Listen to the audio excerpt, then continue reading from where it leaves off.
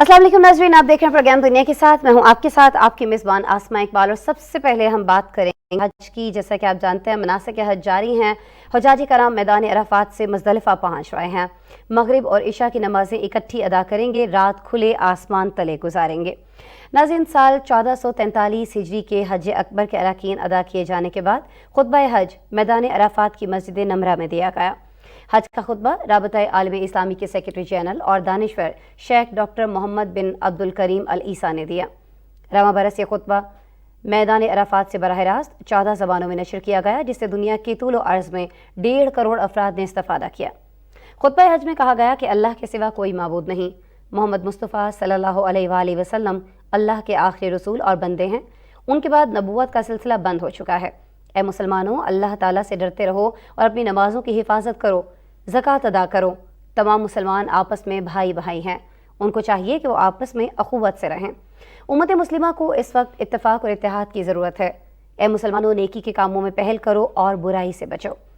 नाज़रीन, हज़रत मोहम्मद मुस्तफ़ा सल्लल्लाहु अलैहि वसल्लम ने फरमाया, इस मौके पर रकत आमेज़ मनाज़िर देखने में आए और हुज्जाज कराम ने रो रो कर अल्लाह ताला से मग़फ़िरत और उसके फ़ज़्ल व करम की दुआएं की। बहुत सारी अहदीस जो हैं आज के इस खुतबे में शामिल की गई थीं। फरमान क्या हैं हुज़ूर सल्लल्लाहु अलैहि वसल्लम के, वो भी शामिल किए गए थे। मज़ीद क्या चीज़ें उम्मत मुस्लिमा के लिए ख़ास तौर पर आज के खुतबे के अंदर थीं, इस बारे में हमारे पास एक ख़ुसूसी रिपोर्ट है, वो दिखा रहे हैं आपको।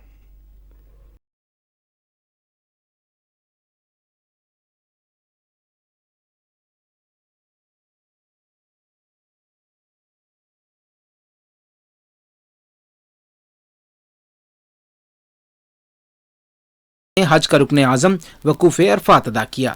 इस मौके पर मस्जिद नमरा में डॉक्टर मोहम्मद बिन अब्दुल करीम अल ईसा ने खुतबा हज देते हुए कहा कि सबसे बड़ी नेमत तौहीद है। लोगों, सिर्फ अल्लाह की इबादत करो जिसने तुम्हारे लिए आसमान और ज़मीन बनाए। दुनिया के मुसलमानों, अल्लाह से डरो क्योंकि अल्लाह से डरने में ही तुम्हारी कामयाबी है। उन्होंने कहा कि आपकी मुसीबत अल्लाह के सिवा कोई दूर नहीं कर सकता। अल्हम्दुलिल्लाह अल-अलीम अल-खबीर, अल्लाह अलीम व खबीर खबीर, लैसा कमिथलिही शै, जिस जैसा कोई भी नहीं है, वहुवा अस्समीउल बसीर, वही समी व बसीर है। वहुवा अल्लाहु फिस समावाति व फिल अर्द, जमीन व आसमान का मालिक वही है। यअलमु सिर्रकुम व जहरकुम, हमारी खुफिया बातों को भी जानता है, ज़ाहिरी को भी, और जो हम करते सबसे वाकिफ है। व इंदहु मफातिहुल गैबि ला यअलमुहा गैब की इल्ला हु, कुंजियां सिर्फ अल्लाह के पास हैं। व यअलमु मा फिल बर्रि वल बहर, जो भी खुशकी और समंदर में सब जानता है। मिन वरक़तिन एक इल्ला पत्ता भी गिरे यअलमुहा, तो अल्लाह सुब्हानहु व तआला उसका इल्म रखता है। कोई चीज तर है। आखिरत की कामयाबी भी सिर्फ अल्लाह के अहकामात को मानने में है। ऐ लोगों, अल्लाह की इबादत करो, वही जिसने तुम्हें पैदा किया है और तुमसे पहले को भी ताकि तुम मुत्तकी बनो। उन्होंने मजीद कहा कि नेकी करने में हमेशा जल्दी करो। इस्लाम की बुनियाद 5 चीजों पे है। सबसे पहले अल्लाह ताला की गवाही देना और मोहम्मद रसूलुल्लाह की नबूवत और खत्म नबूवत की दावत देना और नमाज कायम करना और ज़कात अदा करना और रमज़ान के रोज़े रखना और बैतुल्लाह का हज करना जिसको इस्तिताअत हासिल हो। और अल्लाह ताला की तौहीद की गवाही के साथ नबी अलैहिस्सलाम मोहम्मद की गवाही जरूरी है। यही अल्लाह की रज़ा का सबब है और क़यामत के दिन में नजात है। इस मौके पर रिक्कत अमेज़ मनाज़र देखने में आए और हुज्जाज कराम ने अल्लाह ताला से मग़फ़िरत और इसके फ़ज़्ल व करम की दुआएं की। ग़ुरूब आफ्ताब के साथ ही हुज्जाज कराम मैदान अरफात से मुज़दलिफ़ा पहुंच रहे हैं, जहां वो मगरिब और इशा की नमाजें इकट्ठी अदा करेंगे और रमी के लिए कंकरियां जमा करेंगे। हुज्जाज कराम रात मुज़दलिफ़ा में खुले आसमान तले गुजारेंगे और सुबह फजर की नमाज अदा करने के बाद मिना रवाना हो जाएंगे, जहां वो बड़े शैतान की रमी और कुर्बानी और हलक करवाने के बाद एहराम की पाबंदियों से आज़ाद हो जाएंगे, जिसके बाद वो तवाफ ज़ियारत करेंगे। हुज्जाज कराम 12 ज़िलहज तक मिना ही में क़याम करेंगे। इस दौरान वो तीनों शैतानों को कंकरियां मारेंगे।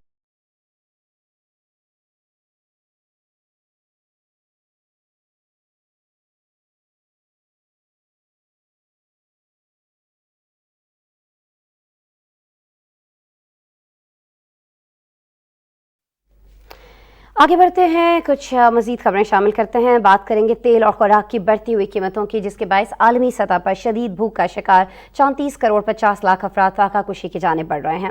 अक़वाम मुत्तहिदा के वर्ल्ड फूड प्रोग्राम ने इंकशाफ किया है कि दुनिया की 10% आबादी रात को कुछ खाए बगैर सोती है। 80 ममालिक के 50 करोड़ शहरी कहत साली के दहाने पर खड़े हैं। दुनिया भर में 5 साल से कम उम्र के 14 करोड़ 90 लाख बच्चों की जिस्मानी नशोनुमा ज़रूरी ग़िज़ाइयत की कमी के बायस रुक चुकी है। 5 साल से कम उम्र के 4.5 करोड़ बच्चे कम खुराकी की सबसे खतरनाक किस्म का सामना कर रहे हैं, जिससे इन बच्चों की मौत का खतरा 12 गुना बढ़ चुका है। नाज़रीन, अक़वाम मुत्तहिदा ने 2030 तक दुनिया से भूख के खात्मे का हदफ तय कर रखा है। इदारे की जानिब से ये भी खदशा ज़ाहिर किया जा रहा है कि मौजूदा हालात के बाइस इस वक्त तक दुनिया में खुराक की कमी के शिकार अफराद की तादाद 67 करोड़ के करीब हो सकती है। इस सूरत हाल से आलमी सतह पर अदम इस्तेहकाम, कहत साली और बड़े पैमाने पर नकल मकानी जैसे चैलेंजेस जन्म ले सकते हैं। तबाही से बचने के लिए हमें आज ही इक़दाम करने की ज़रूरत है। आलमी इदारे ने तमाम मुल्कों पर जोर दिया है कि वो अपनी ज़रूरी पॉलिसी में फैसला कुन तब्दीली करें। नई पॉलिसी इख्तियार करके ही कहत साली को रोका जा सकता है। अक़वाम मुत्तहिदा का वर्ल्ड फूड प्रोग्राम इस बारे में मज़ीद क्या रिपोर्ट कर रहा है, ये रिपोर्ट आपसे शेयर करते हैं।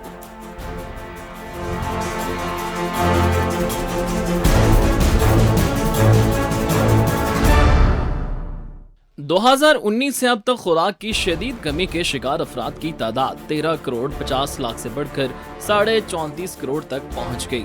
वर्ल्ड फूड प्रोग्राम और अक़वाम मुत्तहिदा के दीगर 4 इदारों की तरफ से आलमी भूख पर जारी की गई नई रिपोर्ट में बताया गया कि 2022 के आगाज में 27 करोड़ 60 लाख अफराद भूख का शिकार थे, जिसमें 24% इजाफा हुआ है। कोरोना वायरस की वबा से कबल 2020 के आगाज में 13 करोड़ 50 लाख अफराद भूख का शिकार थे। रिपोर्ट के मुताबिक 5 साल से कम उम्र 4.5 करोड़ बच्चे भी कम खुराक की सबसे खतरनाक किस्म का सामना कर रहे हैं। इन बच्चों की मौत का खतरा 12 गुना ज्यादा बढ़ गया है। दुनिया भर में 5 साल से कम उम्र 14 करोड़ 90 लाख की जिस्मानी नशोनुमा जरूरी ग़िज़ाइयत की कमी के बायस रुक चुकी है। अक़वाम मुत्तहिदा के तरक्याती प्रोग्राम ने रिपोर्ट में खबरदार किया है कि आलमी सतह पर खुराक और तवानाई की कीमतों में इजाफे ने तरक्की पजीर ममालिक पर बराह रास्त असरात मुरतब किए हैं, जिसके बायस मार्च से अब तक अंदाजन 7 करोड़ 10 लाख अफराद इंतहाई गुर्बत में जा चुके हैं।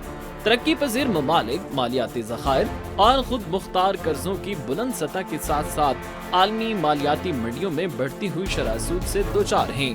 तरक्की पजीर ममालिक को इस वक्त ऐसे चैलेंजेस का सामना है जिन्हें आलमी बिरादरी की फौरी तवज्जो के बगैर हल नहीं किया जा सकता।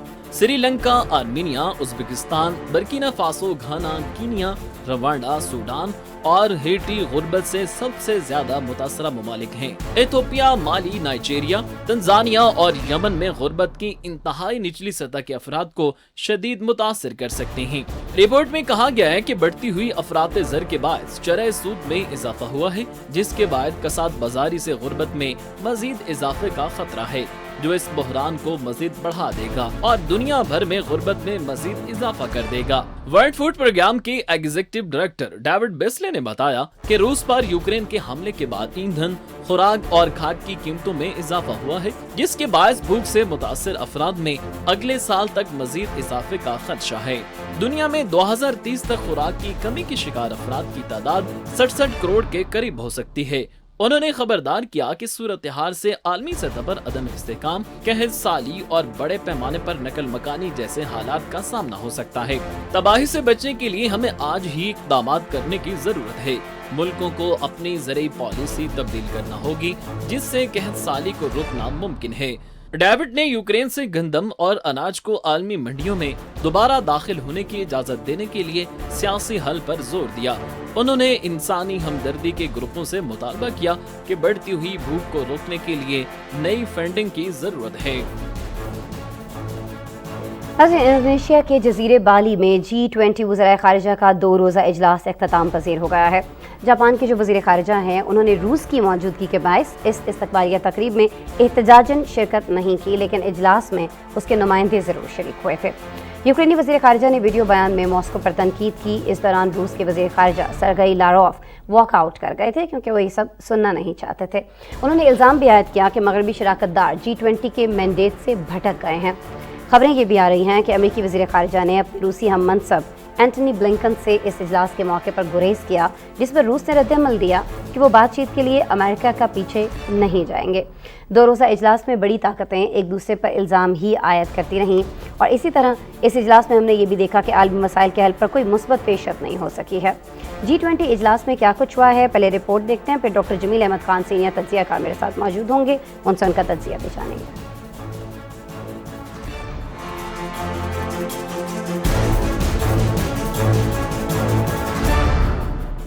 इंडोनेशिया में G20 के वज़ीर ख़ारिजा और नुमाइंदे आलमी मसाइल के हल के लिए जमा हुए।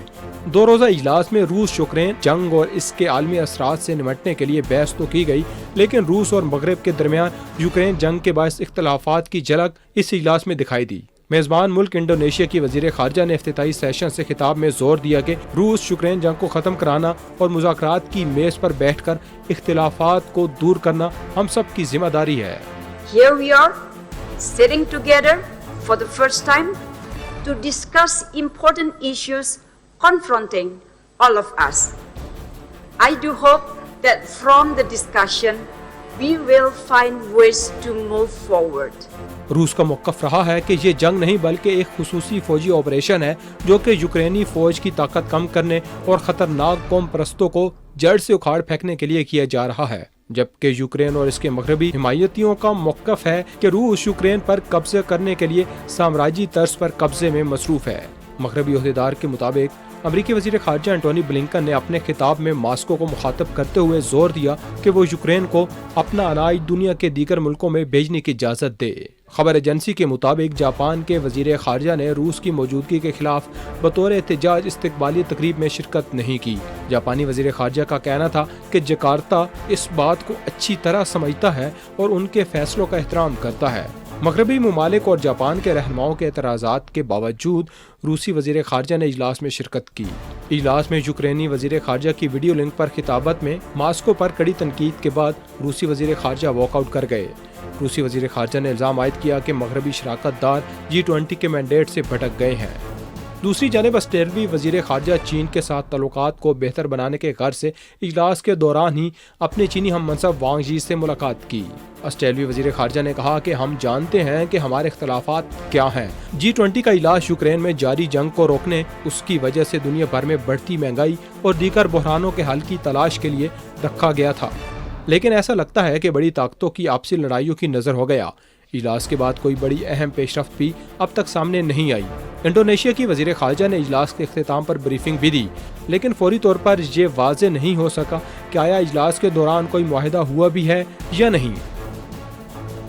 بالکل جی، کوئی معاہدہ ہوا ہے نہیں ہوا ہے یہ کنفرم نہیں ہو پایا ہے، لیکن یہاں پر امریکی وزیر خارجہ جو ہیں اینٹونی بلنکن وہ سرگئی لاروف سے یعنی اپنے روسی ہم منصب سے بھاگتے ہوئے دکھائی دیے، بچتے ہوئے دکھائی دیے، لیکن ابھی انڈونیشیا کی جانب سے یہ کہا جا رہا ہے کہ دونوں کے درمیان گفتگو ہوئی ہے۔ اندر کی خبر کیا ہے یہ ڈاکٹر جمیل احمد خان صاحب سے جان لیتے ہیں، سینئر تجزیہ کار مجھے جوائن کر چکے ہیں، ویلکم کرتے ہیں۔ السلام علیکم ڈاکٹر صاحب۔ ڈاکٹر صاحب کی آواز مجھے نہیں آ رہی ہے پروڈیوسر صاحب، لیکن مجھے لگتا ہے ان تک میری آواز آ رہی تو میں کویسچن پوچھ لیتی ہوں۔ اچھا ڈاکٹر صاحب یہ فرما دیجیے گا، ایک جانب یہ اطلاعات ہیں کہ امریکی وزیر خارجہ گریزاں تھے رشین وزیر خارجہ سے، لیکن اطلاعات یہ بھی آ رہی ہیں کہ دونوں کے درمیان گفتگو ہوئی ہے۔ آپ کے پاس سر کیا اطلاعات پہنچی ہیں، آپ کے پاس کیا خبریں ہیں اس حوالے سے، اور اگر گفتگو ہوئی ہے تو کس معاملے پر؟ یوکرین کے حوالے سے بات ہوئی ہوگی ڈیفینیٹلی۔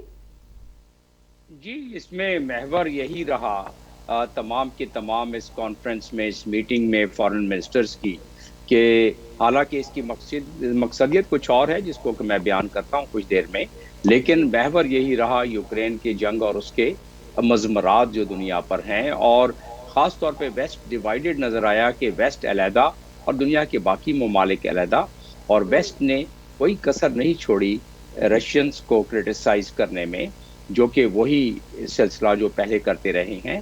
حالانکہ یہ فورم، اس کا مقصدیت میں بتا دوں تاکہ ہمیں اندازہ ہو جائے گا کہ یہ وہ فورم نہیں تھا کہ جس پہ کہ ویسٹرن کنٹریز وہ اس کو اتنی کرٹیسائز اور اس فورم کو استعمال کرتے یوکرین اور رشیا کی جنگ کے حوالے سے ان کو کنڈیم کرنے کے لیے، اور اس کا مقصد اس کا تمام کا یہ ہے کہ یہ جو 19 ممالک کا یہ پورا ایک گروپ ہے، جس میں کہ EU کو اگر ملایا جائے تو 20 ممالک، اس لیے یہ G20 کہلاتا ہے۔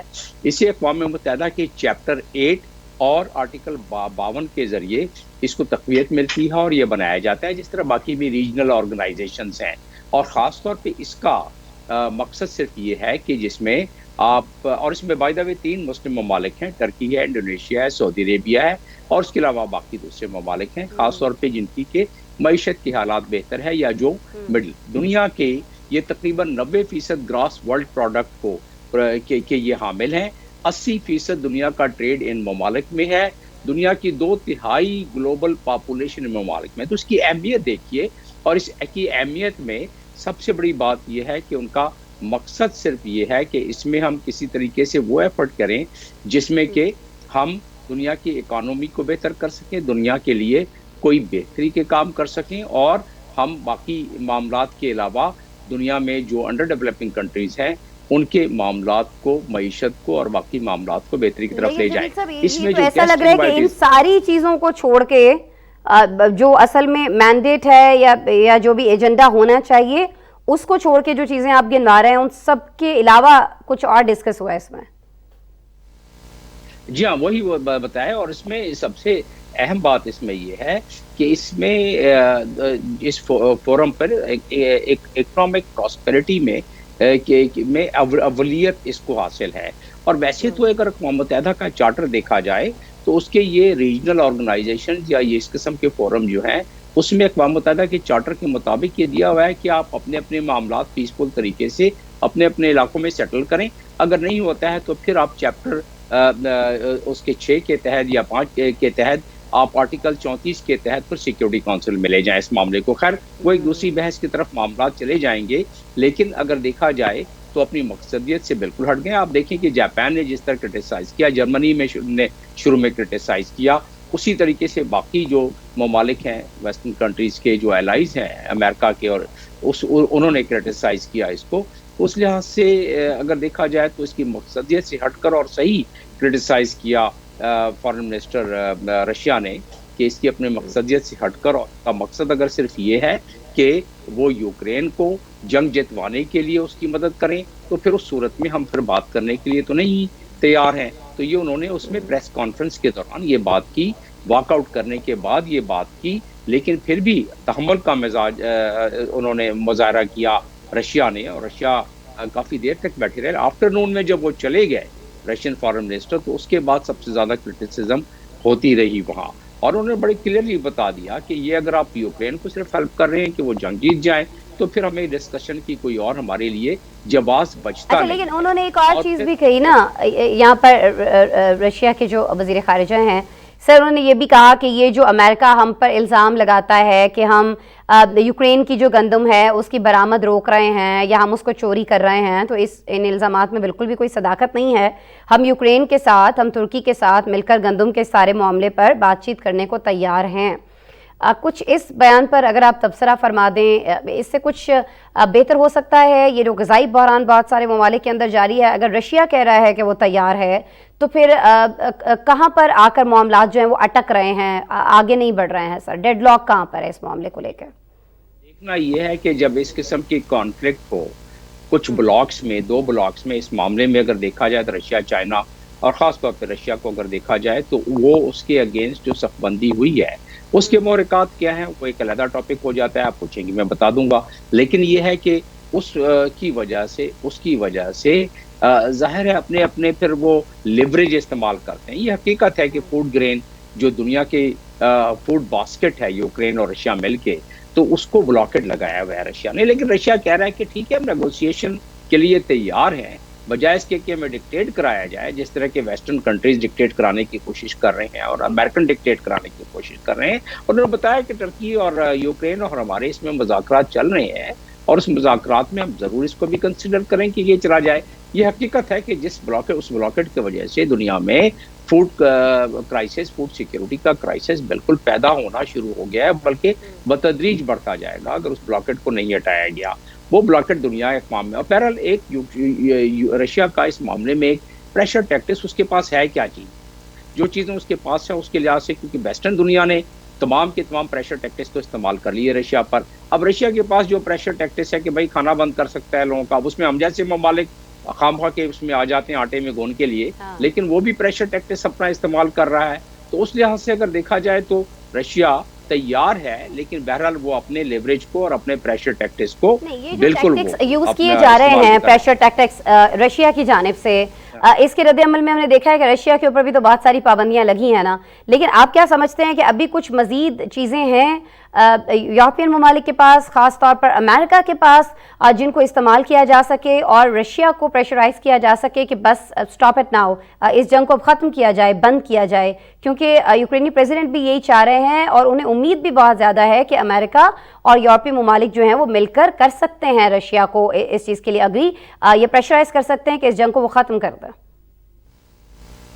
جی پریشرائز کرنے کی جتنی کاوشیں اور کوشش کر سکتے تھے دیے ہوئے حالات میں امریکہ اور امریکہ کے الائز یورپین کنٹریز، انہوں نے وہ کیا ہے. اس سے زیادہ اگر آگے بڑھ رہے ہیں تو خود انہوں نے نیٹو نے بھی اس کا برملا اظہار کیا ہے، اور باقی ممالک کے کچھ کلیدی لیڈرز نے بھی اس کا اظہار کیا ہے کہ یہ تیسری جنگ عظیم کی طرف لے کے جا سکتا ہے، اور اس کو اوائڈ کیا جا رہا ہے، کیونکہ تیسری جنگ عظیم کا مطلب ہے کہ دنیا کو فنا ہونا، یعنی دنیا کو بھسم کرنے والی بات. تو وہ ساری دنیا اس چیز کو سمجھتی ہے اور جانتی ہے، تو اس کی وجہ سے اس سے آگے نہیں بڑھے. تو جتنا انہوں نے سینکشن لگانا تھا، اس سے سینکشن کو تھوڑا سا اور بھی سخت کر دیں گے. تو رشیا نے پچھلے سال $270 بلین کا پہلے ہی تیل کا کانٹریکٹ کیا ہے اپنا، اور تیل وہ چائنا کو بیچ رہا ہے. چائنا سے اور بہت ساری چیزیں کی ہیں، گو کہ رشیا پہ سختی آئی ہے معاشی لحاظ سے، لیکن رشیا اس کو برداشت کرنے کے قابل ہے.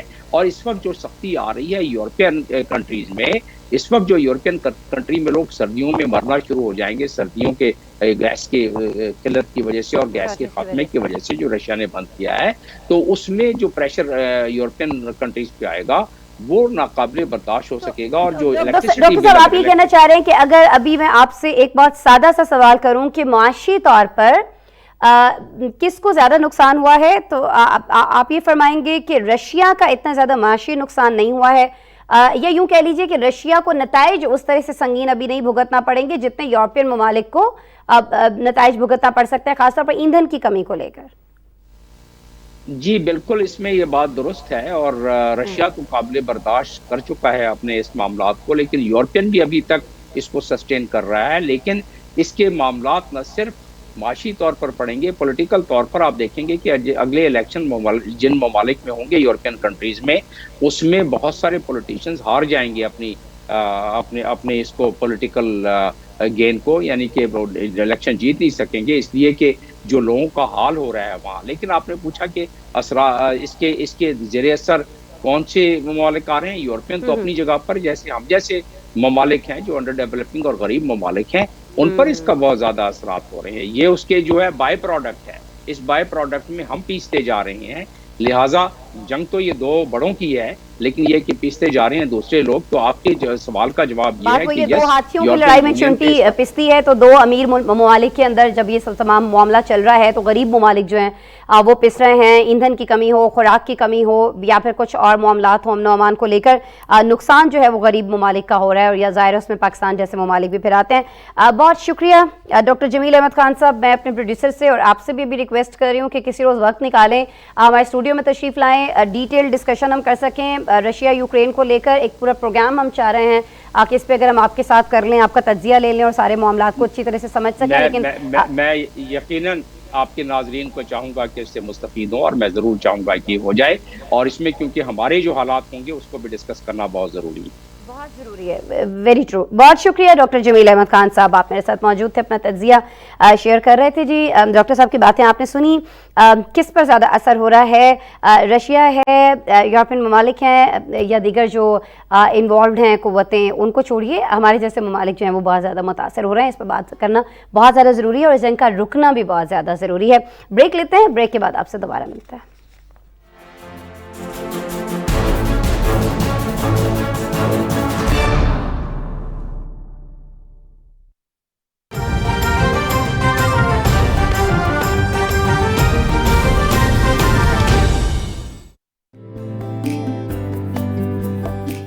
مبارک آپ سب کو. مجھے پتا ہے کہ گھر میں بہت ہنگامہ ہے، اس لیے کہ یہ عید کا پیک ٹائم ہے. عید کے لیے تیاری آپ کی کیسی ہوتی ہے؟ رات سے ہی شیر خورمے کو چڑھا دیتی ہوں ہلکی آنچ پہ بھون کے سیویاں، اور میں یہ کوکنگ ساری خود کرتی ہوں. آپ سے پوچھوں ماہین کہ ڈریسز، عید کی تیاری ورسز بلٹن پہ آنا، تیار ہونا، تو فرق کیا ہوتا ہے؟ آن اسکرین جو وہ سمپل آ گئی، لیکن گھر میں جب ظاہر ہے تیسرے دن چوتھے دن فائنلی جب چھٹی ملتی ہے تو عید والے کپڑے نکال کے تیسرے چوتھے دن وہ پہنا جا رہا ہوتا ہے. یہ کاغذی پھول جیسے چہرے مذاق اڑاتے ہیں آدمی کا، انہیں کوئی کاش یہ بتا دے مقام اونچا ہے سادگی کا. یہ وحید مناد نے گایا تھا رانی کی فلم. رانی کی دیکھا کیا بات ہے.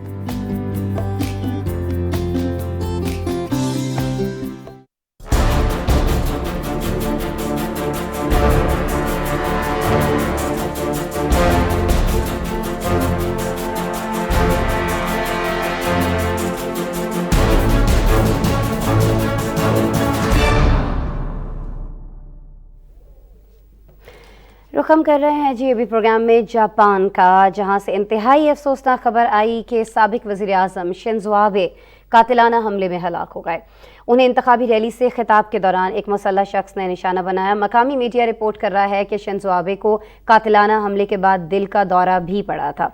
सिक्योरिटी एहलकारों ने हमला आवर को हिरासत में ले लिया और पुलिस ये बता रही है कि जो मुलजिम है इसने जापान के शहर नारा में रिहाइश रखी थी और ये मैरीटाइम सेल्फ डिफेंस फोर्स का साबिक मेंबर है।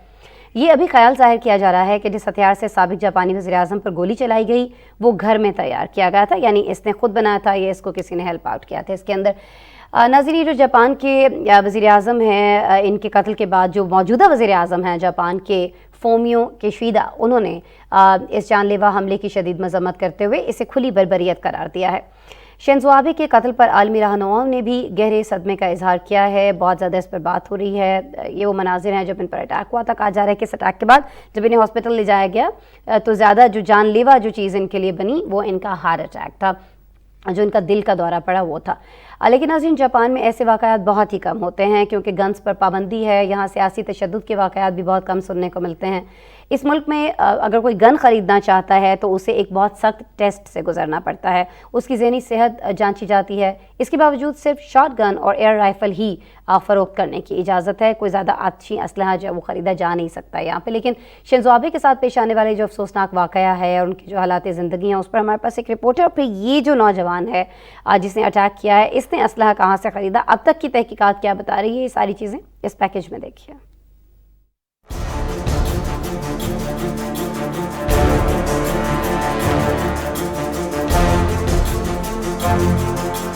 जापान के साबिक वजीर आज़म शिंजो आबे को नारा शहर में एक इंतखाबी जलसे के दौरान गोली मार दी गई। गोली लगने के बाद उन्हें दिल का दौरा भी पड़ा। शिंजो आबे को अस्पताल ले जाया गया लेकिन जाँ बर न हो सके।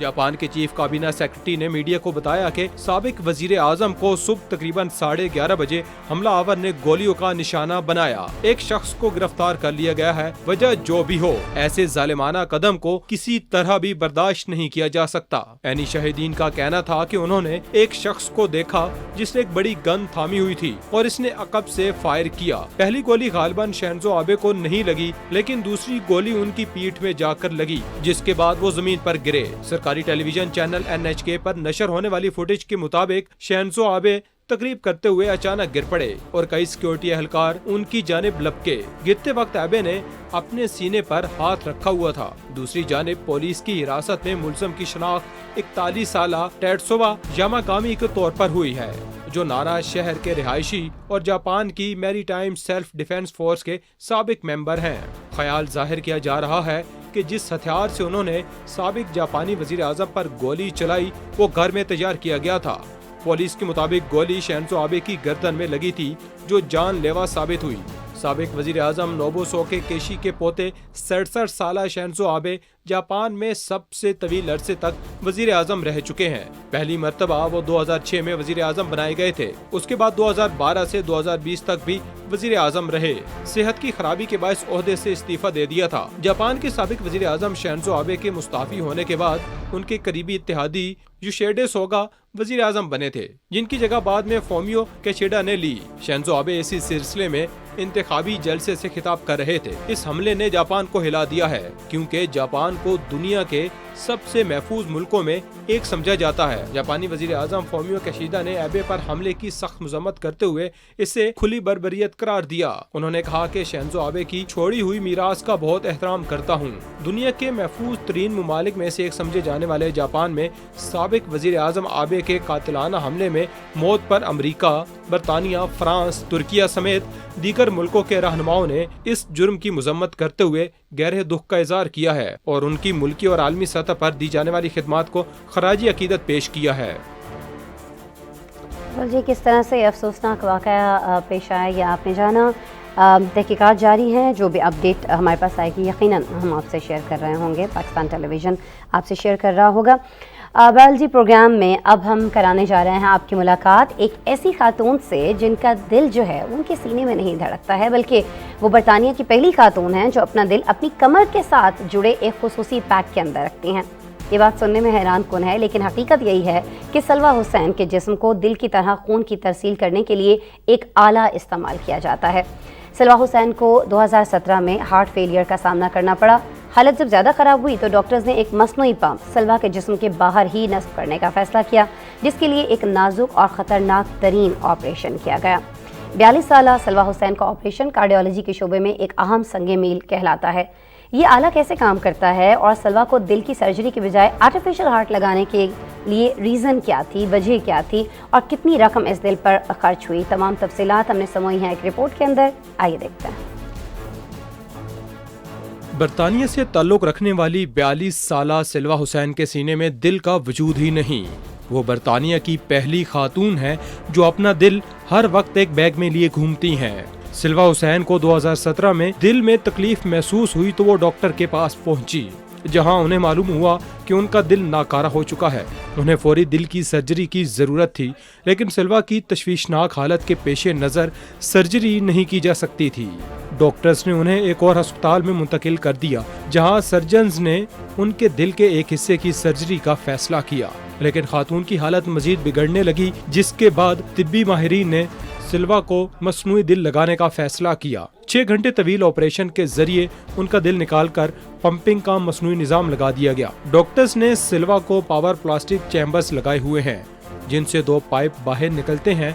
ये पंप बैटरियों से चलते हैं और खातून के सीने में पैवस्त चैम्बर को हवा फराहम करते हैं। पंप, बरकी मोटर और बैटरियां खातून के जिस्म से बाहर बैग में मौजूद हैं, जिसे खातून हर लम्हे अपने साथ रखती हैं। बैग के अंदर मौजूद आलात का वजन लगभग 7 किलोग्राम है। बैग के अंदर से निकलने वाली 2 नलियां उनके नाफ के सुराख से अंदर डाली गई हैं। प्लास्टिक के शफाफ पाइप उनके सीने के अंदर तक जाते हैं, जिनकी मदद से खून पूरे बदन में इसी तरह दौड़ता है जिस तरह दिल उसे पंप करता है। सलवा हुसैन की 2 बेटियां हैं। वो जब कहीं बाहर जाती हैं तो उनके साथ उनके खावन या किसी फर्द का होना लाजिम होता है, जबकि ऐसे मौकों पर इमरजेंसी की सूरत हाल से बचने के लिए दूसरा बैकपैक भी रखना पड़ता है। इस मसनूई दिल की कीमत $86,000 से जायद है। गुज़श्ता 5 साल से सलवा हुसैन इस मसनूई दिल के साथ जिंदगी गुजार रही हैं। डॉक्टर्स का कहना है कि जब तक सलवा को दिल का अतिया नहीं मिल जाता, तब तक उन्हें अपना दिल अपने कंधों पर ही उठाना होगा। इससे पहले एक बरतानवी शख्स को भी 2011 में इसी तरह मसनूई दिल लगाया गया था, जिसके 2 साल बाद उन्हें दिल की सर्जरी के लिए डोनर मिल गया था। सलवा के घर वाले भी इसी लम्हे का इंतजार कर रहे हैं। अपना बोझ अपने कंधों पर उठाना तो सुना था, लेकिन अपना दिल अपने कंधों पर उठाना ये हम पहली दफ़ा इस रिपोर्ट के ज़रिए जान रहे हैं। लेकिन इससे पहले भी एक नौजवान जो हैं उनके बारे में आपने जाना कि उन्हें भी ये दिल लगाया गया था इसी तरह से मसनूई दिल, और फिर उनके बाद उनको चूँकि डोनर मिल गया था, किसी और ने अपना जो दिल है वो उनको डोनेट कर दिया था, अतिया कर दिया था, तो फिर उनकी इस बैग से जान छूट गई थी। लेकिन हम जैसे लोग तो अपने फ़ोन का चार्जर ले जाना भूल जाते हैं बाहर। अब बड़ी हिम्मत की बात है 7 किलो का ये वज़न भी उठाना और फिर उसको चार्ज भी किए रखना, उसकी बैटरीज पर हर वक्त नज़र रखना। तो यकीनन एक बाहिम्मत खातून है जिनसे आज हमने आपकी मुलाकात कराई है। बहरहाल जी, इस मुलाकात के साथ ही आज का प्रोग्राम जो है वो ख़त्म हो रहा है। अब ईद के बाद आपसे मुलाकात हो रही होगी। बहुत अच्छे से अपनी ईद एंजॉय कीजिएगा। जहाँ अपना ख्याल रख रहे हैं वहाँ दूसरों का ख्याल भी ज़रूर रखिएगा। हमारे प्रोग्राम का वक्त ख़त्म हो रहा है, लेकिन जाते जाते आपको हमारा स्पेशल सेगमेंट चलते चलते ज़रूर देखना है। अपना बहुत सा ख्याल रखिएगा। अल्लाह ने के बाद। रूस के एक यूट्यूबर ने साइकिल के पिछले टायर को काट कर 2 हिस्सों में तकसीम करके दावा किया है कि ये 2 टुकड़ों वाला पहिया एक मुकम्मल व्हील जैसा ही बेहतरीन काम करता है। यूट्यूबर और बगैर चैन की साइकिल जैसी इजादात करने वाले सरगई गोरदायो साइकिलों में नई नई इख्तियार करने के लिए मशहूर हैं। सरगई ने यूट्यूब वीडियो में बताया कि टायर को 2 टुकड़ों में काटकर भी साइकिल चलाई जा सकती है, लेकिन वीडियो में देखा जा सकता है कि इसे अनोखी सवारी में ढालना किस कदर मुश्किल काम है। इंटरनेट पर यह वीडियो तेजी से वायरल हो रही है। इंटरनेट सार्फिन यूट्यूबर्स की मेहनत और डिजाइनिंग की दाद दे रहे हैं। अमेरिकी गायक बॉब डैलन के 1962 में गाए गए मशहूर लोक क्लासिक गाने ब्लोइन इन द विंड की नई रिकॉर्डिंग $1.7 मिलियन की खतीर रकम में फरोख्त हो गई।